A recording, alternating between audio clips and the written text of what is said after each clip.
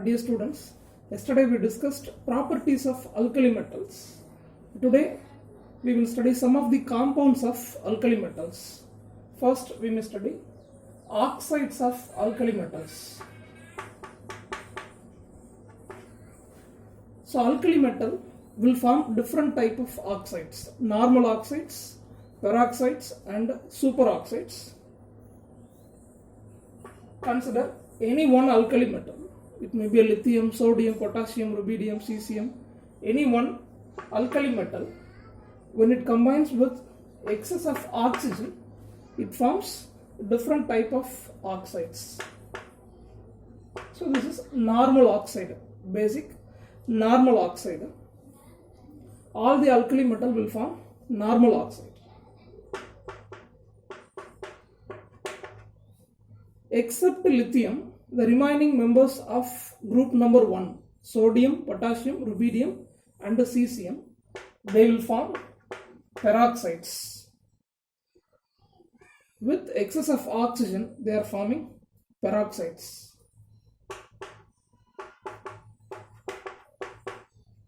So this is the formation of superoxide.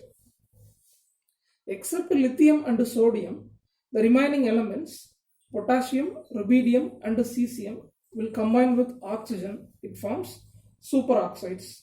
So these are all the reactions mentioning the formation of different types of oxides. And what about the physical properties? Physical properties of oxides, peroxides and superoxides. When we take pure form of normal oxides and peroxides,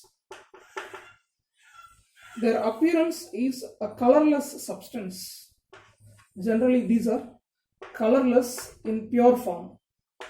If it is contaminated, there will be a color. So there should not be any impurity. Then it is a colorless substance. And the next oxide is superoxide.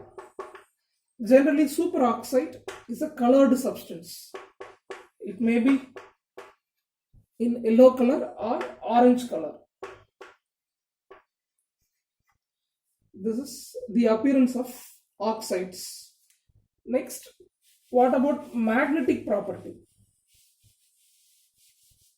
So a substance may be a paramagnetic or diamagnetic. Generally, the peroxides are diamagnetic in nature.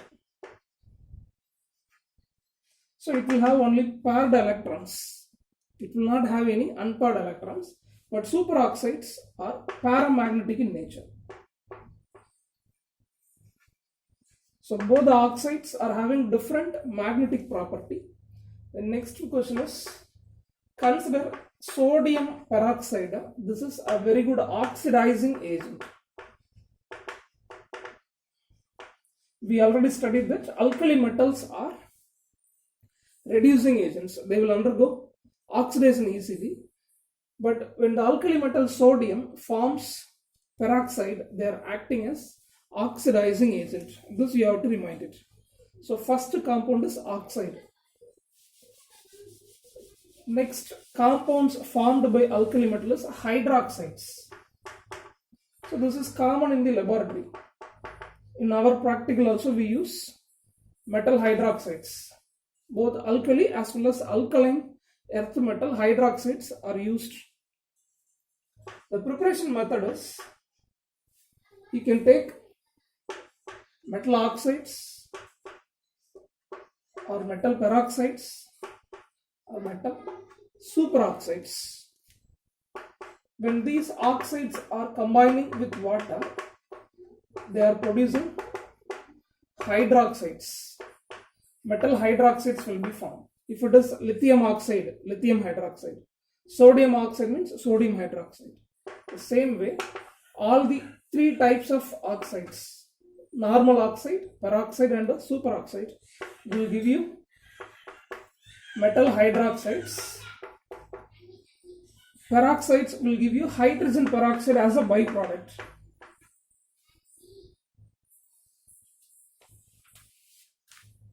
So here sodium peroxide, potassium peroxide, rubidium peroxide, cesium peroxide, because lithium will not form peroxide.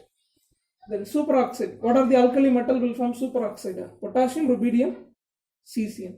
These will combine with water. It provides hydroxides along with the liberation of hydrogen peroxide and oxygen. So these are all the reactions which are mentioning the formation of hydroxides.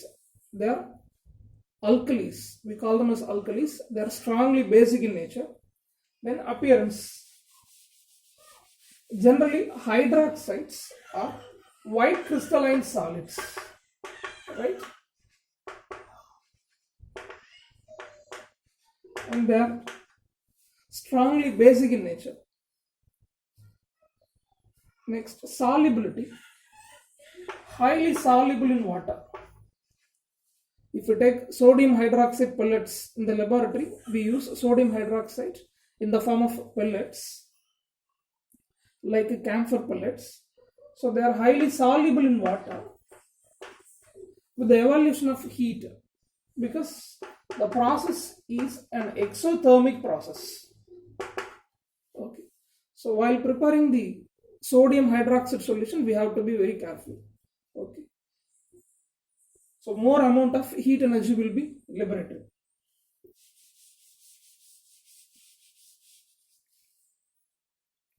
Next, halides. The third compound formed by alkali metal is halides.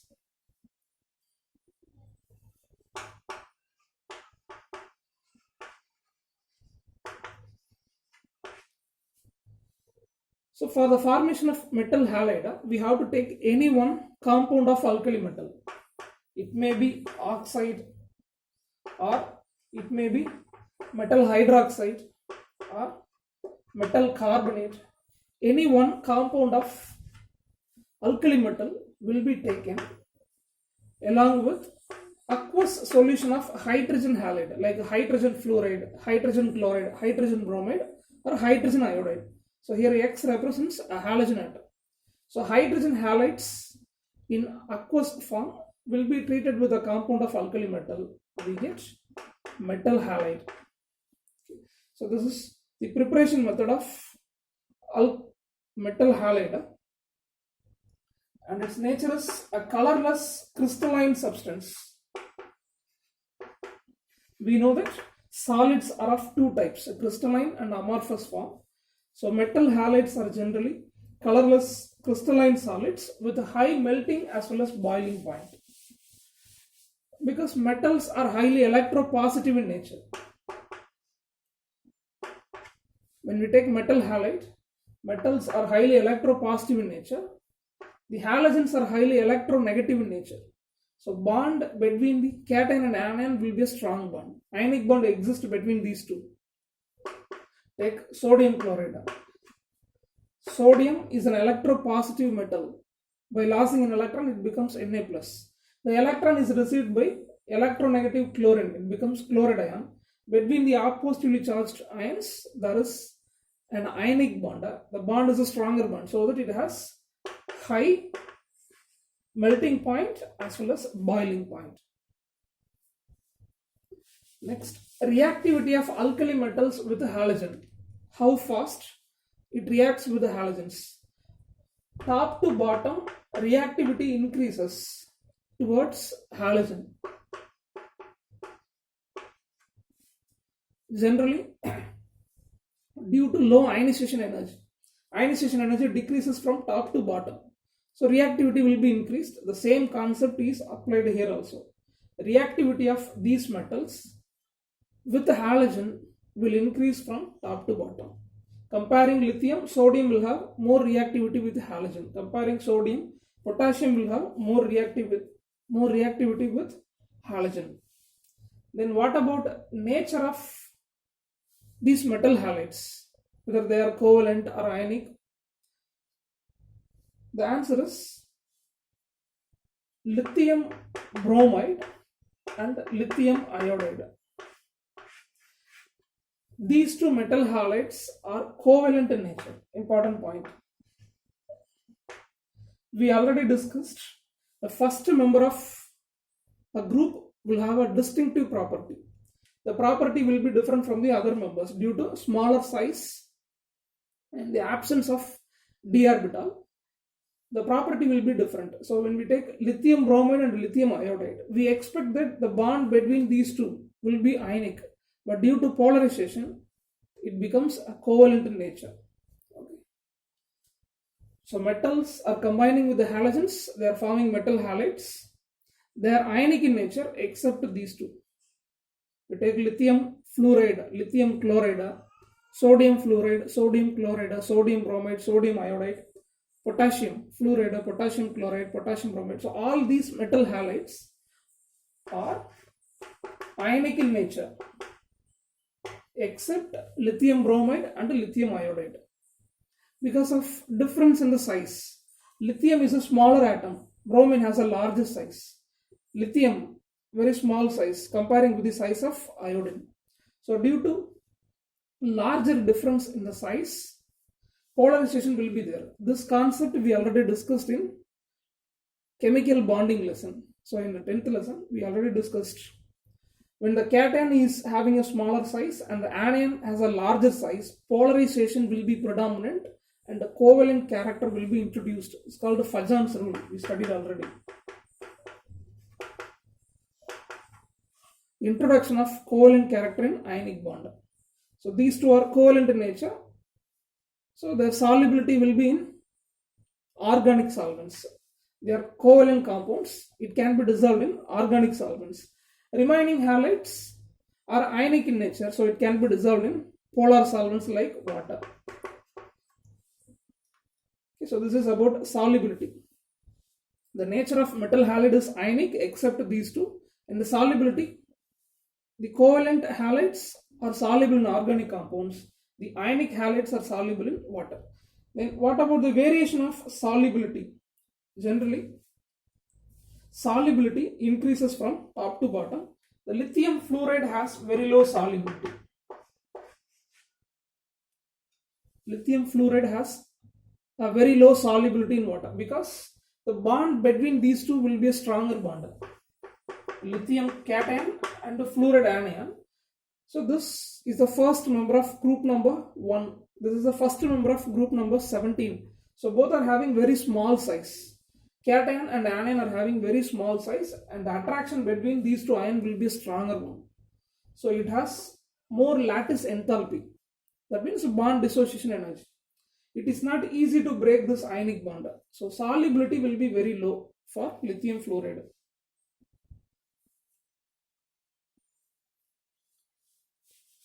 So we have completed oxides, hydroxides and halides. Next we move into carbonate and bicarbonates.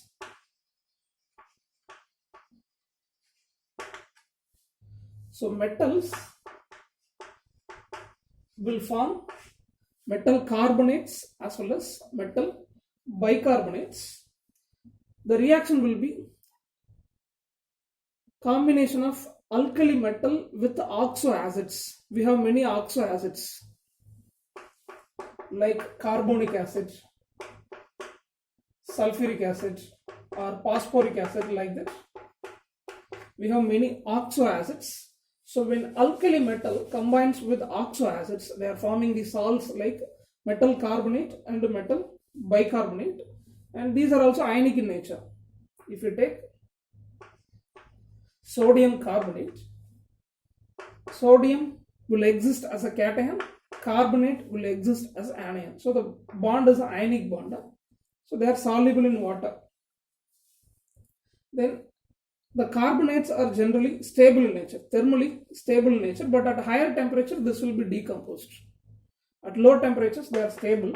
When we heat at a higher temperature, it will be decomposed to produce oxide with the liberation of carbon dioxide. Then stability.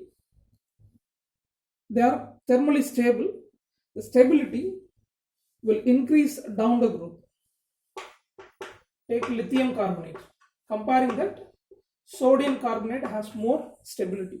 Comparing sodium carbonate, potassium carbonate has more stability. This is mainly due to the electropositivity. Comparing lithium, this has larger size, so electropositivity will be more. Losing the tendency of losing the electron will be more. Comparing sodium, potassium has more electropositivity, so that stability of metal carbonates will increase down the group, and polarizing power decreases. Polarizing power. So the smaller cation will have larger polarizing power. When size increases, polarizing power decreases. We discussed in chemical bonding lesson. Then, as I told already, they are thermally stable up to 1273 Kelvin. Okay. Beyond this temperature, when we heat it, it will be decomposed. So when you take lithium carbonate, this has the least stability. Top to bottom, stability increases. So the least stable carbonate is lithium carbonate.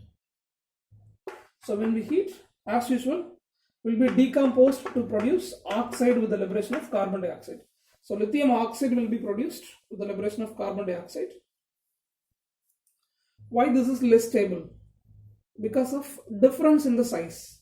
Comparing the carbonate anion, lithium has a very small size. Due to size difference, this is least stable. So when we heat, it is decomposed.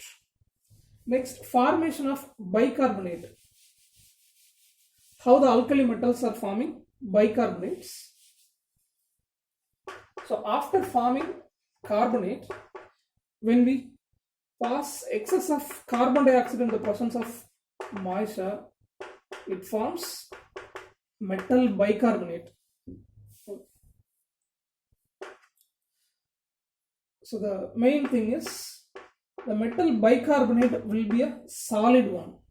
So except lithium, the remaining alkali metals, so sodium, potassium, rubidium, cesium, they are forming solid bicarbonate. Okay. This is important point. Next, solubility. Since it is ionic in nature, it is soluble in water. Top to bottom, solubility increases because of size difference. Comparing lithium carbonate, in sodium carbonate, size difference is more. Comparing lithium plus Na plus has a larger size. So it can be easily dissolved. So solubility will increase down the group.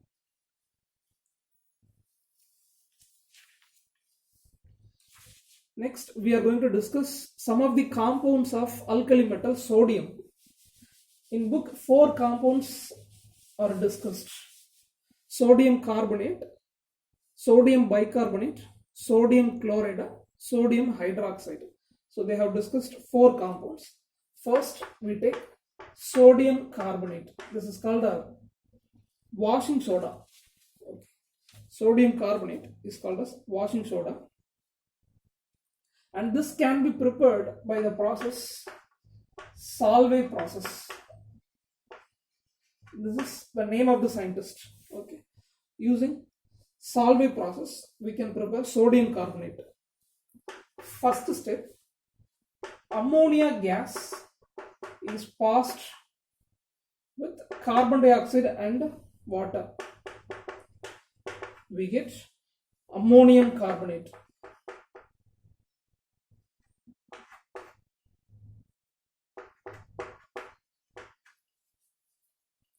So when ammonia and the carbon dioxide gases are combining in the presence of water, we get ammonium carbonate salt. Second, again we pass excess of carbon dioxide.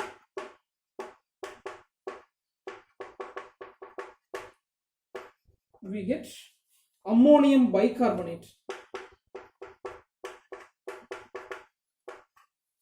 NH4 plus HCO3 minus. Ammonium bicarbonate is prepared.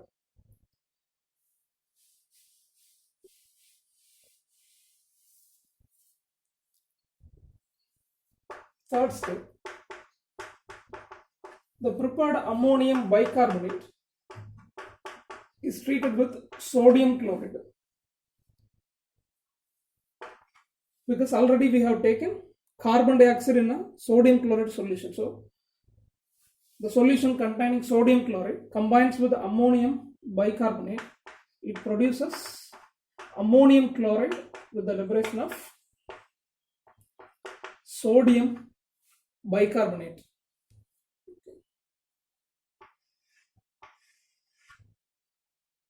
NH4 plus will combine with Cl minus. It forms ammonium chloride. The remaining Na plus combines with HCO3 minus. It forms sodium bicarbonate. Now the formed sodium bicarbonate will be heated. It will be decomposed. So the fourth step is the formed sodium bicarbonate is heated. It produces the expected washing soda, sodium carbonate, with the liberation of carbon dioxide and water. So this is the preparation method of washing soda. The process is called the Solvay process. So during the preparation of washing soda, we have a byproduct called ammonium chloride. It can be removed. The formed ammonium chloride can be treated with calcium hydroxide. This will give you calcium chloride. Calcium chloride will be liberated along with ammonium hydroxide. Next, physical properties of washing soda.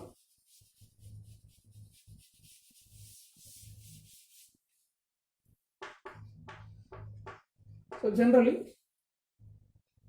this will exist as a hydrate, sodium carbonate decahydrate. Okay. So washing soda will have the ability to bind with water molecules. So by a physical force of attraction, water molecules are attached with sodium carbonate, so they are existing as decahydrate.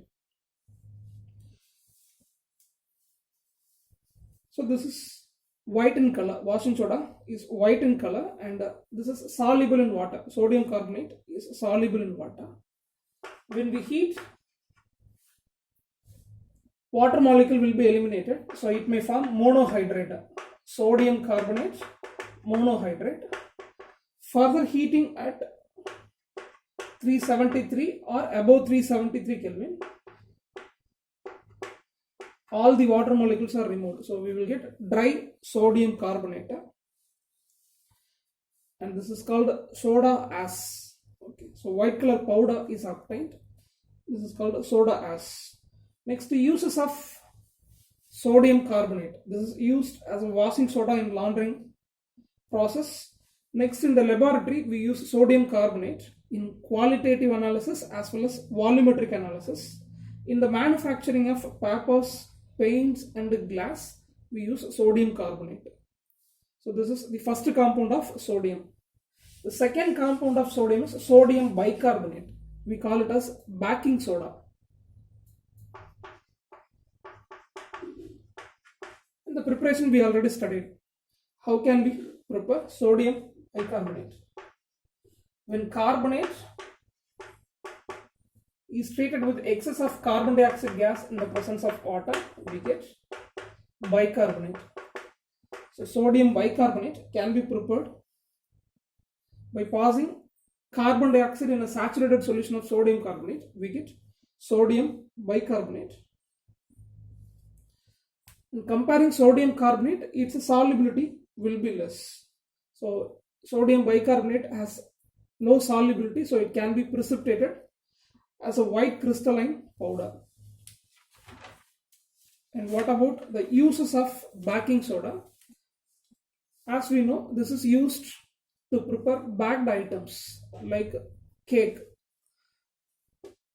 So in the bakery, when this baking soda is heated, it provides carbon dioxide. So with the liberation of carbon dioxide, sodium oxide will be formed. So the liberation of carbon dioxide is making a small pores in the cake.